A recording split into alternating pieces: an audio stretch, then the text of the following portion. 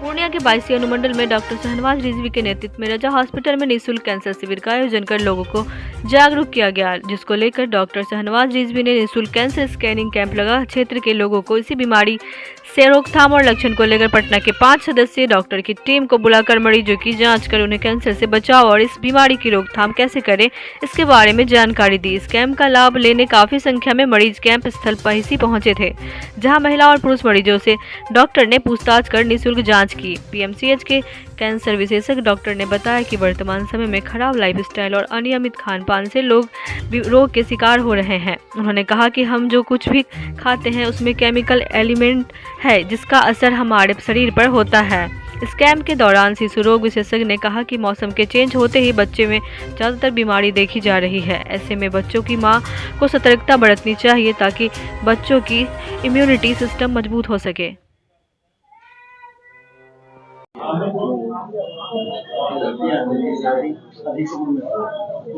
अधिक उम्र में शादी है, इसका क्या इफेक्ट होगा जब प्रेगनेंसी का दौरान? ये अधिक उम्र में शादी होने की वजह से प्रेगनेंसी में तो दिक्कत आ रही है, ठीक है, लेकिन अब वैसा भी नहीं है कि अधिक उम्र की वजह से ही सारी प्रॉब्लम है। बहुत सारी बातें हैं, खान पीन है, ये है, सारा चीज़ है, तो ये सब देखना पड़ता है। तो सिर्फ अधिक उम्र की शादी जो है एक वो खास मैटर नहीं है, इसको जो है ध्यान में रखना चाहिए। मैम एक चीज देखा जा रहा है कि चाहे वो छोटी उम्र के बच्चे हों या फिर बड़े उम्र के बच्चे हों, वो बेसिकली पीसी और कुछ और भी ऐसे हैं जिनको लेकर वो ज्यादातर बीमार नहीं है और वो प्रायः सिम्टम वो दिखा देते हैं, तो इसको लेकर थोड़ा सा पता है। और सबसे बड़ा बात एक चीज और भी हम देख रहे हैं कि अभी जिनका भी ऑपरेशन हो रहा है या फिर जो भी पेशेंट हम लोग देख पा रहे हैं उसको खून की कमियां हो रही हैं, दूसरा थायराइड ये प्रायः हो जा रहा है, तो इनसे कैसे बचाव हो सकता है और कैसे होती है? पीसीओडी तो हर नेक्स्ट पेशेंट को हो रहा है। जो भी बच्चे अभी आजकल यंग जनरेशन 13 टू मतलब जैसे ही मेंसेस शुरू होता है बच्चों का, तो पीसीओडी सारे बच्चों को मतलब हर दूसरे तीसरे बच्चे को पीसीओडी लेके प्रॉब्लम आती है। माएँ हमारे पास, ये 12 साल की लड़की है, 13 साल की है या 17-18 है, जो भी है, या जो रिप्रोडक्टिव एज पे है, शादी के बाद के पीरियड्स 2 महीना 3 महीना के आ रही है। इसकी जो मेन कारण है ना, आजकल का फूड हैबिट है, लाइफ स्टाइल है और फूड हैबिट है। हम लोग हर चीज़ पहले से मतलब वेल प्रिपेयर्ड खाना चाहते हैं, पैकेट फूड खाते हैं, बॉटल में प्लास्टिक बॉटल में पानी पीते हैं, तो ये मेन वजह है ये सब सारी चीज़ों का। और बाकी जो हमारे यहाँ जो फल सब्जी जो भी मिल रहे हैं सब में कुछ ना कुछ मिलावट है, कोई भी चीज़ आपको फ्रेश नहीं मिलती है, तो ये वजह है। चाहे आप चिकन खा लें, मटन खा लें, वेज खा लें, वेजीज खा लें, कुछ भी खा लें, सब में है वो हार्मोन सब में मिला हुआ है, जिसकी वजह से ये पीसीओडी खास करके विमेन हेल्थ को सबसे ज़्यादा अफेक्ट किया है इस चीज़ को। पहले नॉर्मल डिलीवरी होती थी और सना देखा जाता है कि 100 मिनट के दिन ऑपरेट किया क्या होता है? हाँ, ऑपरेट किया जाता है, ऑपरेशन का रेशियो बढ़ा है।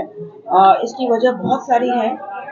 वजह फर्स्ट जो मैं कहना चाहूँगी कि लाइफ स्टाइल है। पहले की माएँ होती थी या लड़कियाँ होती थी, घर में यूजुअली हमारा काम होता था कि फ्रॉम द बिगिनिंग हम लोग बैठ के मसाला पीसते थे, चक्की चलाते थे, तो उसमें क्या होता है ना, पेल्विक फ्लोर का स्ट्रेचिंग होता है, जिसमें जो है आपकी हड्डियाँ मतलब जो पेल्विस में स्पेस मिलता है।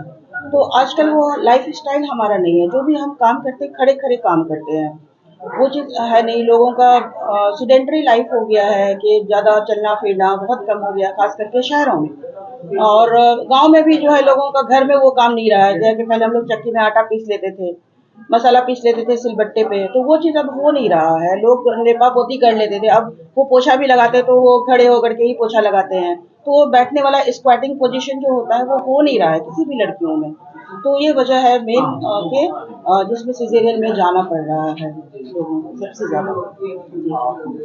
आप मैम अभी जो प्राय छोटी छोटी बीमारियां जो दिख रही महिलाओं में, जी जी। ठीक है, और खासकर छोटे बच्चों में, क्योंकि माँ के कारण से बच्चों में भी थोड़ी बहुत जा रही है, उनको लेकर के आप क्या मैसेज देना चाहेंगे? किस तरह की बीमारियाँ? जो बच्चों में भी जैसे निमोनिया हो गया या माँ को क्या निमोनिया है कि जैसे कि अब जैसे कि पेशेंट माएँ हैं, तो जब आप माँ बन रहे हैं तो सबसे पहले इस चीज़ की उसको नॉलेज होने की, हम माँ बन रहे हैं तो हमको बच्चे को कैसे परवरिश करना है, बच्चे को पालना कैसे है, उसको ठंड से कैसे बचाना है, बच्चे को नहलाना कैसे है, कितना बार तेल लगाना है, या उसको मतलब सनलाइट की ज़रूरत होती है कि नहीं होती है। तो जैसे आप माँ बनने का प्लानिंग करते हैं, आजकल तो सब कुछ प्लानिंग के साथ होता है, चाहे देहात में हो गाँव में हो, तो शादी करते हैं तो चाहे जो लड़का हो या लड़की हो, उन लोगों को ये चीज़ का ट्रेनिंग लेना चाहिए और सरकार की तरफ से भी ये होनी चाहिए, या प्राइवेट क्लिनिक में जैसे ही आप जाते हैं फर्स्ट प्रेगनेंसी में ले करके, तो वहाँ पे डॉक्टर्स को भी बताना चाहिए कि आप माँ बनने जा रहे हैं, आप फादर बनने जा रहे हैं, तो आपको जब बच्चा होगा तो आपको कैसे उससे उसका ध्यान रखना है, ये चीज़ की ट्रेनिंग होनी चाहिए। प्रीमेच्योर डिलीवरी के केस का क्या है?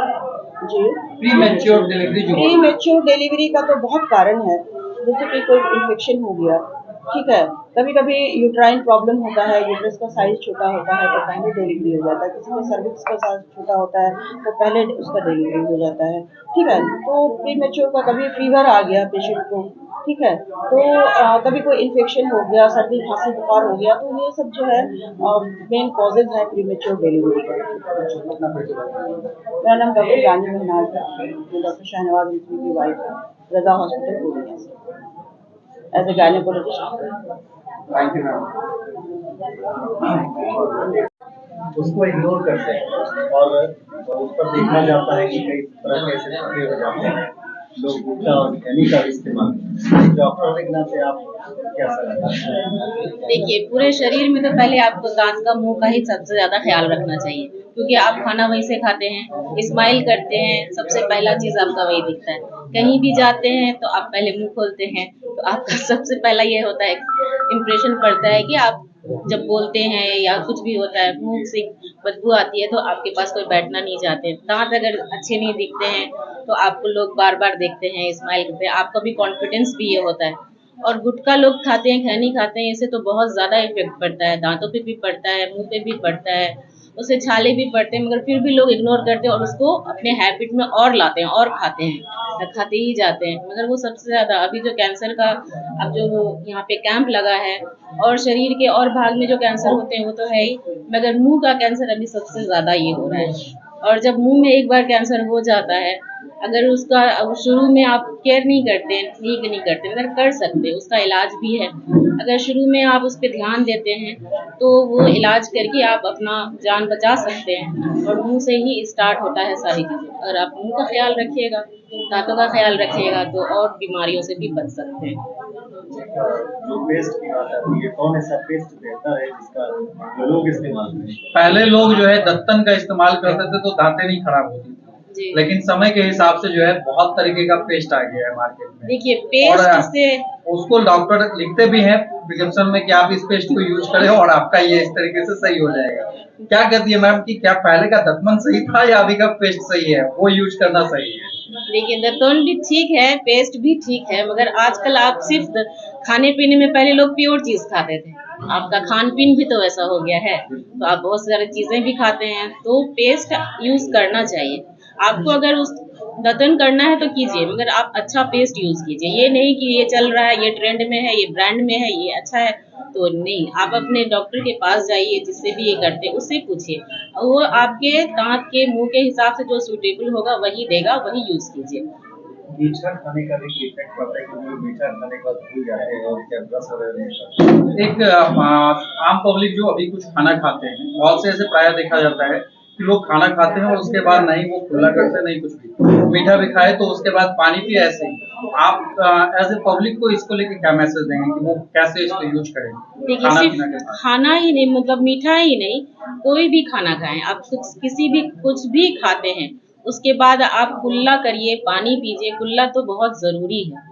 और सिर्फ जो है, सिर्फ मीठा खाने से ही कुछ नहीं होता है, मीठा के अलावा आजकल लोग इतने सारे चीज खाते हैं, मतलब बाहर के आप जो है फास्ट फूड खाते हैं, उससे भी स्टिक कर जाता है, मतलब दांत पे चिपक जाता है बहुत सारी चीजें। और लोग कोल्ड ड्रिंक्स भी यूज करते हैं, उससे भी दांतें खराब होती है। सिर्फ मीठा नहीं खाने से ये नहीं होता है, नमकीन मीठा जो भी खाएं, चिप्स खाएं, जो भी खाएं, आप उसके बाद कुल्ला करें, दांतों का ख्याल रखें। आप रोज माउथ वॉश करें, ब्रश करें 2 बार, सुबह में तो करना ही चाहिए, रात में भी करके सोएं, कुल्ला करके सोएं।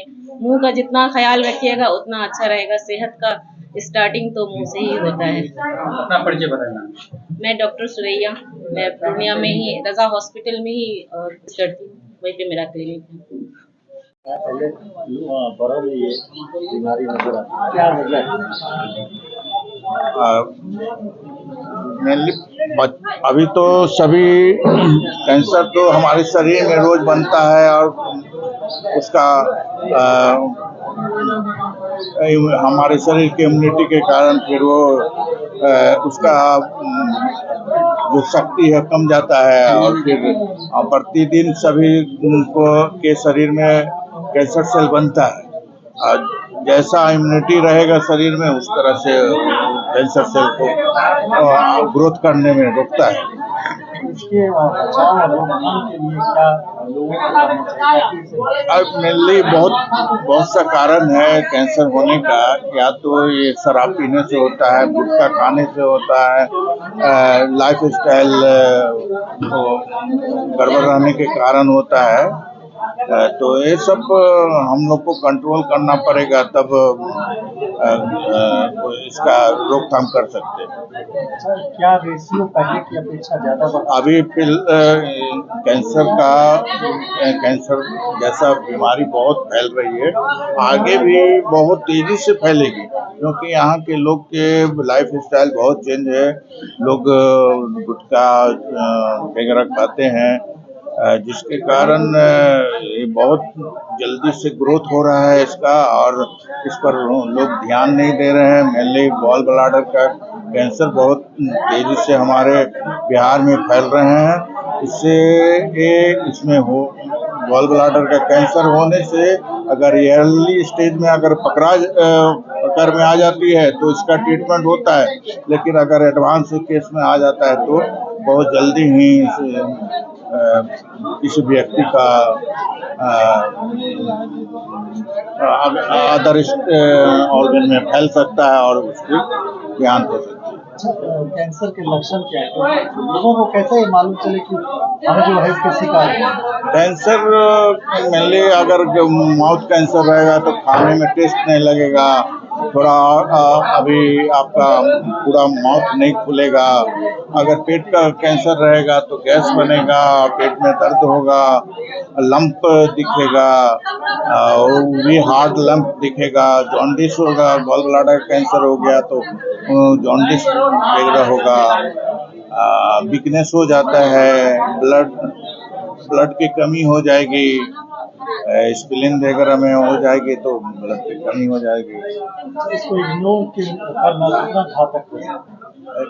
इसको अब इग्नोर नहीं किया जा सकता है। अभी हम लोग अपना लाइफ स्टाइल को ठीक करना पड़ेगा, अच्छे खाद वगैरह का साग सब्जी नहीं खाना पड़ेगा, अच्छा सा तेल यूज करना पड़ेगा। जो हम लोग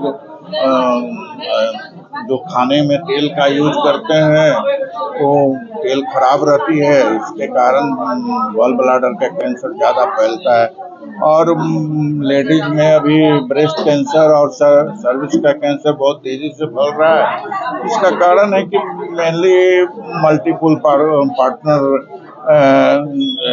रहने के कारण, बहुत अधिक बच्चा होने के कारण, ब्रेस्ट कैंसर में एस्ट्रोजन, प्रोजेस्टेरोन या किसी फैमिली में किसी को इस तरह का कोई बीमारी हो गई है, माता पिता को हो गया है, तो उसे आने का चांस रहता है। तो हम लोग इसी चीज़ को ख्याल में रखते हुए हम लोग पटना से आए हैं कि यहाँ बहुत देहात इलाका है, यहाँ के लोग को जागरूक करना है कि अगर किसी को इस तरह का कैंसर जैसा बीमारी हो तो जल्द उसका ट्रीटमेंट हो जाए और नॉर्मल जिंदगी जिए, और हमारा देश के लिए भी अच्छी है।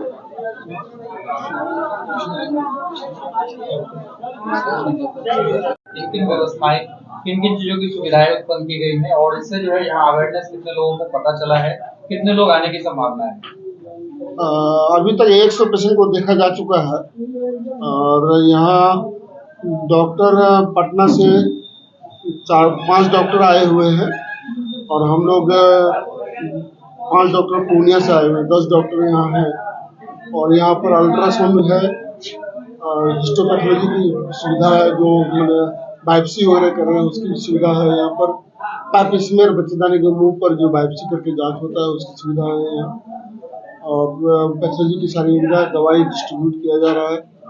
और मेरा टारगेट है यहाँ के 500 से 600 पेशेंट को कम से कम दिन भर देखने की टारगेट है यहाँ पर। और पेशेंट के लिए हम लोग स्नैक्स वगैरह का भी इंतजाम किए हैं, बाकी पानी वगैरह सब इंतजाम है। और यहाँ पे जो अभी चूंकि क्या है कि फर्स्ट टाइम में कैंसर स्क्रीनिंग का जो आपका यहाँ पे कैंप लगाया गया है, उसको लेकर लोगों का क्या है यहाँ पे?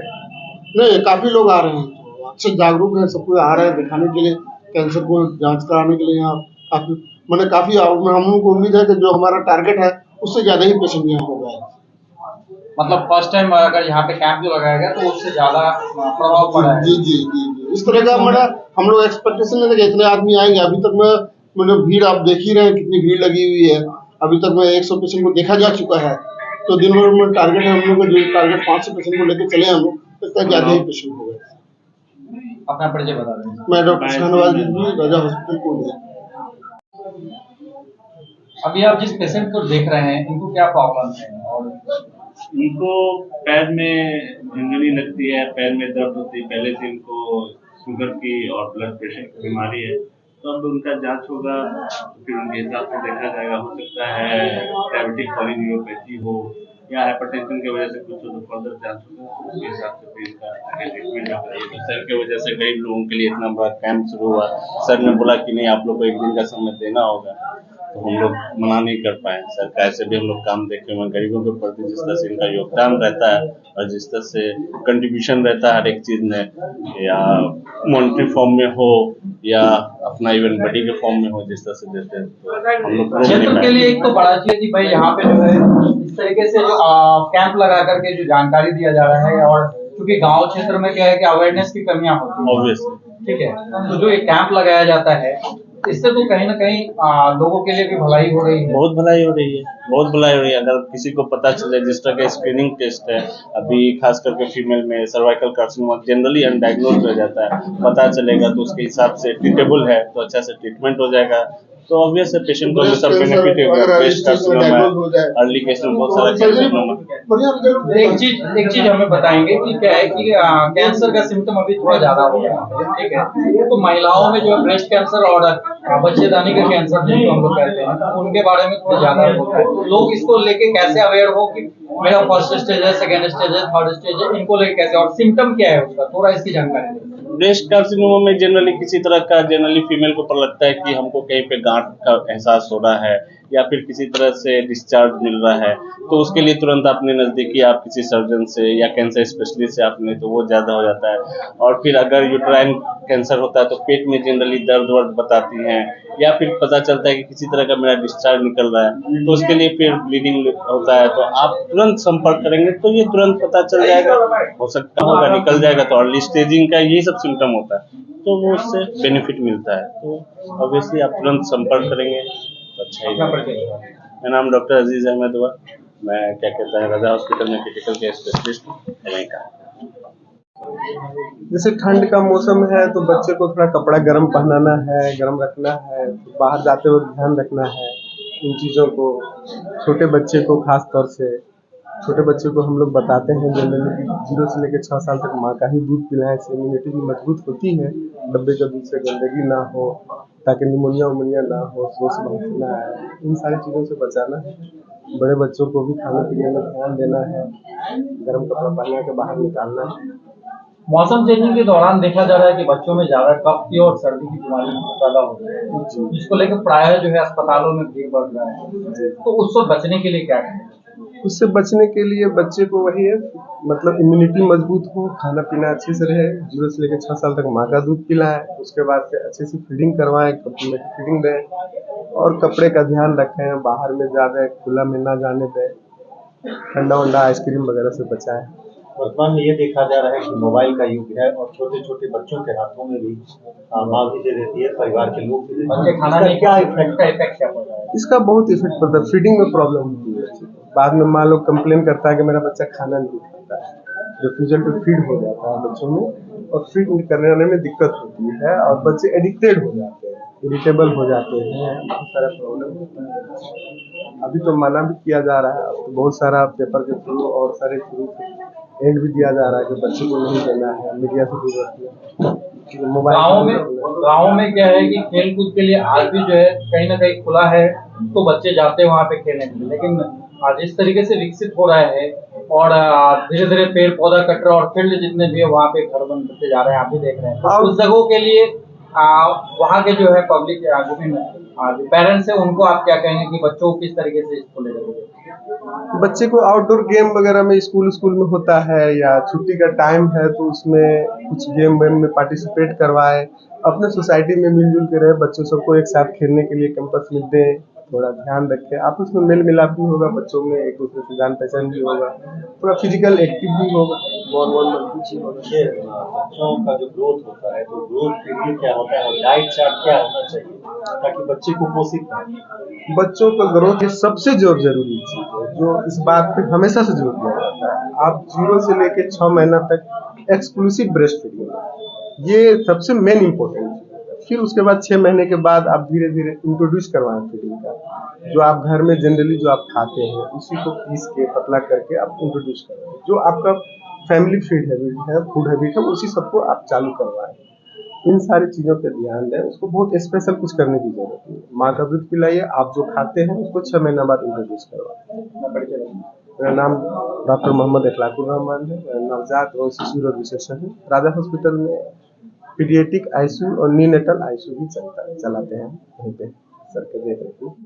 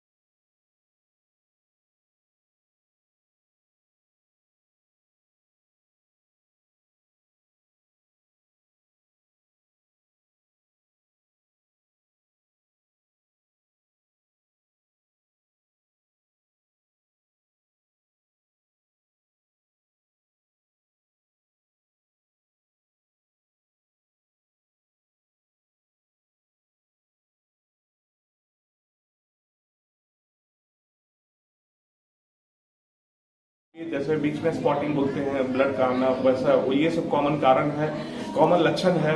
उसके अलावा फिर जैसे ब्रेस्ट का कैंसर भी काफी कॉमन है। तो ब्रेस्ट के कैंसर में सबसे पहला जो चीज है वो हम लोगों को लंप का मिलना, लंप मतलब स्वेलिंग, वैसा चीज जो कि हाथ से भी मरीज खुद से भी पाल्पेट करके उसको फील कर सकती है कि हमारे स्तन में किसी तरह का दिक्कत है।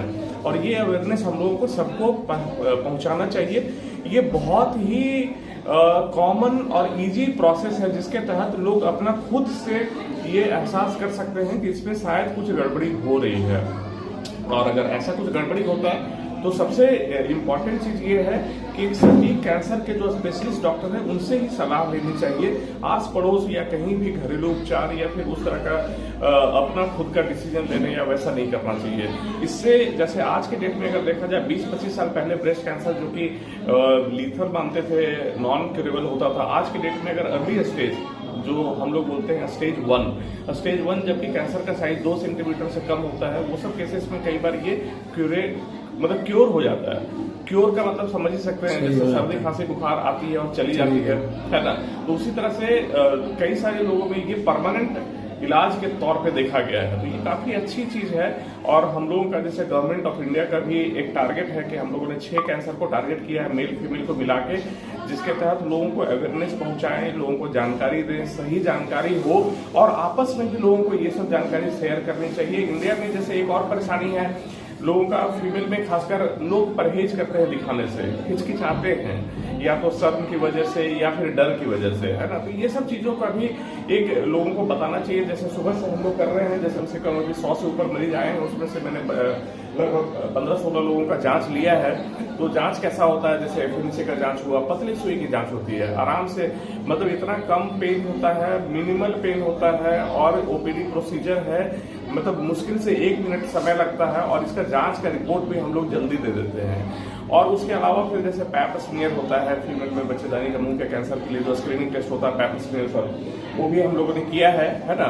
तो ये सब जो जांचें हैं, साथ में जैसे छोटा छोटा टुकड़ा कहीं मांस निकल गया, उसका हम लोग पंच बायोप्सी लेकर उस तरह से लोग कैंची वाला टाइप कर, तो उससे हम लोग पंच बायोप्सी भी लेते हैं, उसकी भी रिपोर्ट हम लोग जल्दी दे देते हैं, 3 दिन के अंदर दे देते हैं। तो वैसा चीज है। ये सब आज के डेट में काफी विकसित हो चुका है जांच का तरीका और वो सब चीज जो काफी सटीक भी है और कम दर्द होता है, कम तकलीफ होती है, इजी है, ज्यादा खर्चीला भी नहीं है और उससे हम लोगों को अच्छा जानकारी मिलता है जो किसी भी मरीज के लिए मतलब जान बचाने वाला साबित हो सकता है। तो हम चाहते हैं कि आप लोग सभी लोग इस काम में हम लोगों का साथ दें और दे रहे हैं, इसके लिए धन्यवाद भी, और लोगों को सही जानकारी पहुंचाएं। इस तरह का कैंप सर पहली बार लगाया गया कि इससे पहले भी कहीं और लगाया गया है? हाँ, हम लोग अलग अलग एरिया में करते हैं, यहाँ हम लोग पहली बार कर रहे हैं। यहाँ के पेशेंट आप लोगों को किस तरीके से देख रहे हैं सर? पॉजिटिव हैं, लोग काफी खुश हैं और लोगों को भी अच्छा लग रहा है कि इस तरह का कुछ है। कैंसर जो कि नाम से लोगों को डर लगती है, उसके लिए अगर स्क्रीनिंग हो, हम लोग जानकारी दे रहे हैं जितना हो सके, तो उन लोग को अच्छा लग रहा है। डॉक्टर साहब के अलावा स्थानीय मुखिया या फिर और ऐसा कुछ यहाँ पे आए जो आप लोगों को इनको लेकर के बेसिकली बोल के गए? वो तो मैंने ध्यान नहीं दिया, अंदर तो मैं काम कर रहा था तो मुझे नहीं मालूम। ठीक है, अपना परिचय बताएंगे सर?